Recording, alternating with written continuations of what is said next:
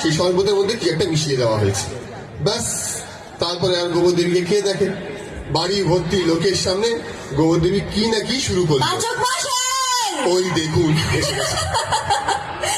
আপনি কোথায়? কোথায় বলে? ওখানে? আরে আমি এখানে। না না না, হ্যাঁ? ওই তো হ্যাঁ? ওই তো পাচক মশাই। আরে কোথায় পাচক মশাই? এই তো পাচক মশাই এখানে। আরে ওই তো, হ্যাঁ? এই তো একটা দুটো তিনটে চারটে পাঁচটা, এতগুলো পাচক মশাই। কি হচ্ছে নাকি? হ্যাঁ? পাচক মশাই, আরে আপনি আমার সামনে আসুন, আপনাকে একটা কথা বলার আছে। আজ সবার সামনে একটা বড় ঘোষণা করার আছে। কোনো ঘোষণা দিতে হবে ঘোষণা না। করার আছে পাচক চুপ, মশাই, চুপ। শুনুন আমাকে। আরে বাড়ি ভর্তি লোক রয়েছে, কি করছিস আচ্ছা, নাকি? কি হয়েছে? আজ আমি সবার সামনে এই কথাটা বলতে চাই। বলে ফেলি পাচক মশাই, আমি কোনো কথা আমি জানি আপনি আমার কথাগুলো বিশ্বাস করবেন না, কিন্তু তাও বলছি।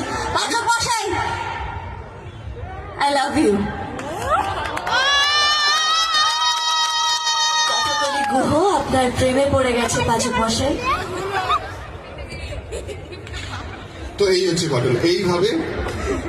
এইভাবে সাধারণত ছেলেরা প্রপোজ করে থাকে, আমাদের সিরিয়ালে উল্টো মেয়েরা এইভাবে প্রপোজ করেছিল।